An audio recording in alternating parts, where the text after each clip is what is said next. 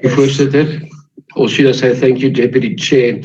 After a decade of slow economic growth, the impact of COVID-19 on real income levels is likely to set the South African economy back several years. We need to think differently. It cannot be business as usual. Poverty is a national problem that affects a very large part of our society. Involving an entire community in eradicating poverty is the most effective form of poverty relief. Chair, I said involve the community and not numb the community. The FF Plus strives to promote community-based social services.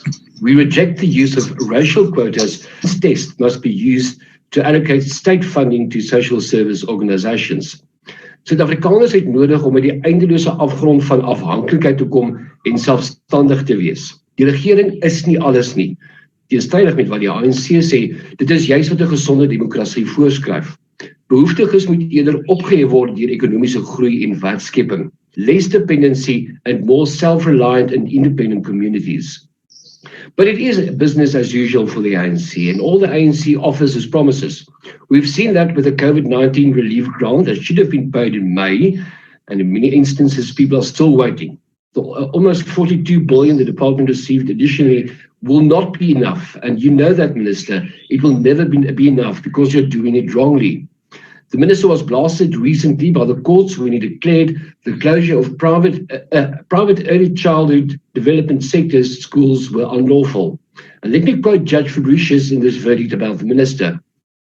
The conduct of the first respondent in these proceedings, which was the Minister, falls far short of the standard that can and must be expected in these crucially important proceedings concerning young and vulnerable children. It's not damning or a damning judgment, I don't know what is. But the madness in this department does not end there. Government existing social grant recipients made up of some of this 7.4 million applications for the 350 Rand COVID-19 relief grant. And the Minister stated that the government employees who try to fraudulently benefit should be charged. Have they been charged, Minister? This happened under your watch. And then the Minister announces a universal social grant, just to backtrack the next day by saying she will first need to see whether there is money for it.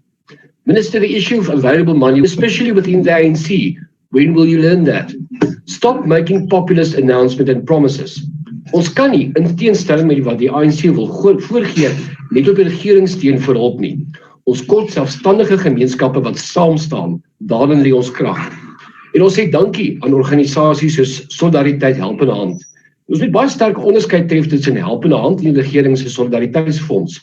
Helpende Hand kry nie enkele sent van die regering nie. Ek herhaal dit, voorsitter, nie 'n sent nie. Maar Helpende Hand wys wat daartoe in Suid-Afrika in staat is as die regering om in die steek laat. And let me give some statistics. Between April and July, 11 million Rand was spent on the needy. More than 1,200 organizations received aid, and even more important, more than 16,000 families were helped. All this was possible without a cent from government. And it was also not just about giving.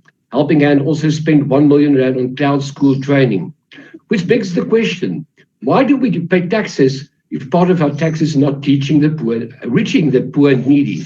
Chair, granted, the Minister was at least honest when she said COVID-19 had exposed the deeper challenge the country was still facing to take better care of the poor. But I wonder if she really understands the significance of exactly what we have been arguing all along. But is it possible that the Minister anticipates that she will be fired soon? Hierdie departement se ideologie is verkeerd en gevaarlik om die minste te sê. Dit mors Suid-Afrikaners se tyd, hulpbronne en geld. Baie dankie.